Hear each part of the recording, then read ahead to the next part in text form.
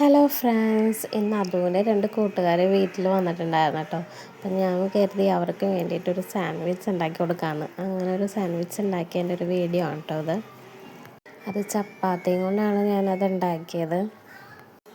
അപ്പോൾ ഇത് ഉണ്ടാക്കാൻ വേണ്ടിയിട്ട് ഞാനിവിടെ കുറച്ച് പച്ചക്കറികളും ചിക്കനും പിന്നെ നമുക്ക് മുട്ടയും എല്ലാം വേണം. ഞാനിവിടെ ബീൻസും ക്യാപ്സിക്കവും ക്യാരറ്റൊക്കെയാണ് എടുത്തേക്കുന്നത്. പിന്നെ പച്ചമുളകും വെളുത്തുള്ളി സവാളയും വേണം. നിങ്ങൾക്ക് ഇഷ്ടമുള്ള ഏത് പച്ചക്കറി വേണമെങ്കിലും എടുക്കാം കേട്ടോ. അപ്പോൾ അവർ ടേസ്റ്റ് ചെയ്ത് നോക്കിയിട്ട് എങ്ങനെയുണ്ടെന്ന് പറയാം.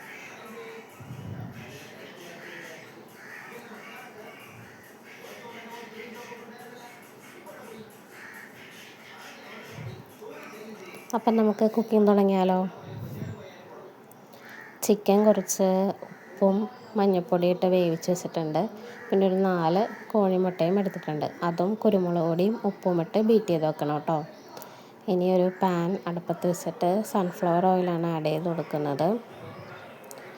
അതൊന്ന് ചൂടാകുമ്പോഴേക്കും പച്ചമുളകും വെളുത്തുള്ളിയും ആഡ് ചെയ്ത് കൊടുക്കുന്നുണ്ട്. അത് കഴിയുമ്പോഴേക്കും സവാള, ഇതിൻ്റെ ഇടയ്ക്ക് ഞാൻ ഉപ്പിടുന്നുണ്ട് കേട്ടോ. അത് പക്ഷേ കാണിക്കാൻ മറന്നുപോയതാണ്. പിന്നെ നമ്മളുടെ നേരത്തെ പറഞ്ഞില്ലേ പച്ചക്കറികളെല്ലാം ആഡ് ചെയ്യാം. Capsicum, beans, carrot. അതിനുശേഷം അതൊന്ന് വാടിക്കഴിയുമ്പോൾ കുറച്ച് നാരങ്ങ നീരും ആഡ് ചെയ്ത് കൊടുക്കുന്നുണ്ട്. പിന്നെ ചിക്കൻ ആഡ് ചെയ്തു. മുട്ടയുടെ മിക്സ് എടുത്ത് വെച്ചിട്ടുണ്ടായിരുന്നില്ലേ, അതൊരു പാനിലേക്ക് 2-3 സ്പൂൺ ആഡ് ചെയ്തിട്ട് ചപ്പാത്തി വെച്ച് കൊടുക്കുകയാണ്. കുറച്ച് എണ്ണ തടവി കൊടുക്കുന്നുണ്ട്.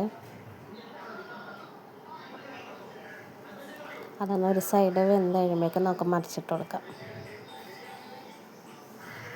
അപ്പം നമ്മുടെ സംഗതി റെഡി ആയിട്ടുണ്ട്. ഇനി അതിലേക്ക് കുറച്ച് മയണൈസ് ആഡ് ചെയ്യാം. മയണൈസ് നമ്മൾ വീട്ടിൽ തന്നെ ഉണ്ടാക്കിയാണ് കേട്ടോ.